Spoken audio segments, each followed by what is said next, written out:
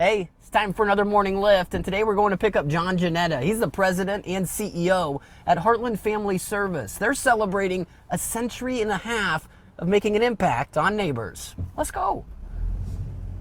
150 years old. That's crazy, man. Yeah, seems like just yesterday when we started. I'm sure it's almost impossible, but the amount of lives that you've touched here in our community in 150 years, right? Yeah, incalculable. Just last year, we touched 100,000 people. Wow. Through our various programs, our outreach. Southwest Iowa, eastern Nebraska.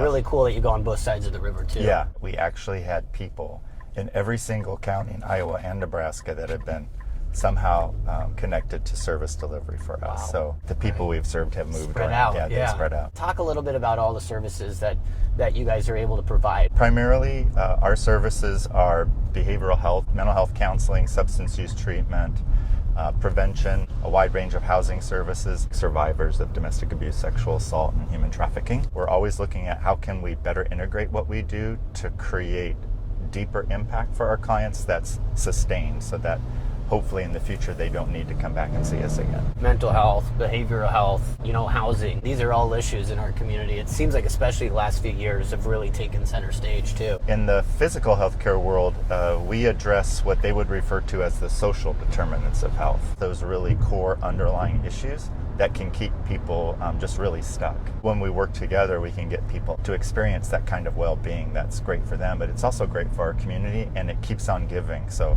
if adults are experiencing a positive well-being, then their children will, and then their children will, and it just kind of creates a positive loop.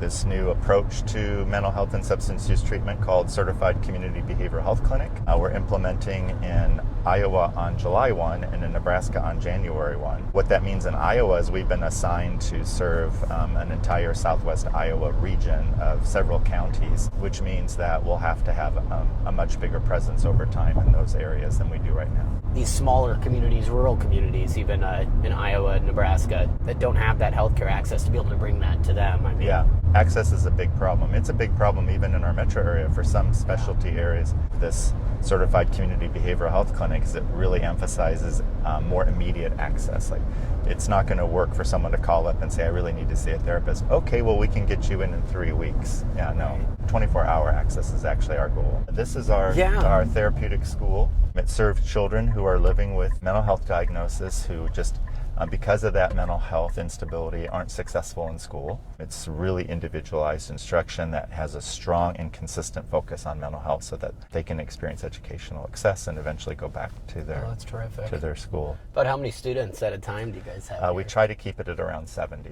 We're in the middle of about a $21 million capital campaign, and this is one of the buildings that we're targeting with this campaign. It used to be that most of the kids that we would be working with would be middle high school kind of age group, but we're seeing more and more really young kids that kindergarten. When it comes especially to the youth and we're seeing struggles with mental health, what are some of the causes? There's a lot of theories. Some people think it's access to technology too soon, causing issues with brain development. Some people think it's social media. There's bullying that can happen, but there's also this situation where people so carefully curate what they're posting, and then you look at that and you think that that's actually what their life is and not just the best moments, and then you do that comparing and you think, oh, my life is horrible then. And then of course there's this thing called adverse childhood experiences where a family is experiencing trauma. The children grow up in that trauma. It rewires their brain. It will delay the development of the brain's infrastructure. They're not learning as fast. They have difficulty learning, not to mention what those stress hormones do to the body. And that's really how those social determinants of health impact our overall physical health. Going to the doctor is great and preventative medicine is great, but if we don't address that underlying trauma, it will continue to haunt people's present and future. There is so much that the presence of a caring adult can do to inoculate a child from the impact of that trauma. I'm a huge fan of mentoring programs, and I think in our metro area we have somewhere like 30,000 children that could use a mentor, but there just aren't enough mentors. So there's a lot of things that we can do that can really have a positive impact that really just require our time. And so where we're headed right now is bridges, right? Yeah, it's one of our residential programs. The Southwest Iowa Mental Health and Disability Services region asked us to develop the 5% of Medicaid enrollees who generate 80% of the cost because they don't have stable housing and because their mental health is not being addressed.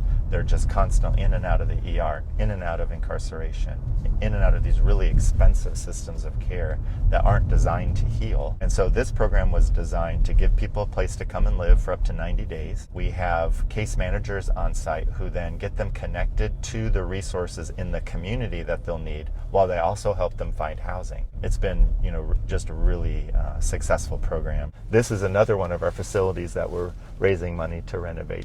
And so now tell us where we're at here. Yeah, this is the Charles E. Lakin Human Services campus. The 5 original agencies were Micah House, which is a family emergency shelter, of course, Heartland Family Service, Boys and Girls Clubs of the Midlands, Salvation Army, and the American Red Cross. We built this office building here, which houses our assertive community treatment program, which is like a mental health hospital without walls. So we have the whole interdisciplinary team, but our clients, instead of living in a hospital, which is where they normally would have had to live, they can live in their own place in the community, and our staff go see them, make sure they're getting their medications, or they come in and see the nurse and get their shots or whatever it is that they need. They're doing their case management, getting them involved in activities, getting them connected to whatever resources that they need so that they can live independently.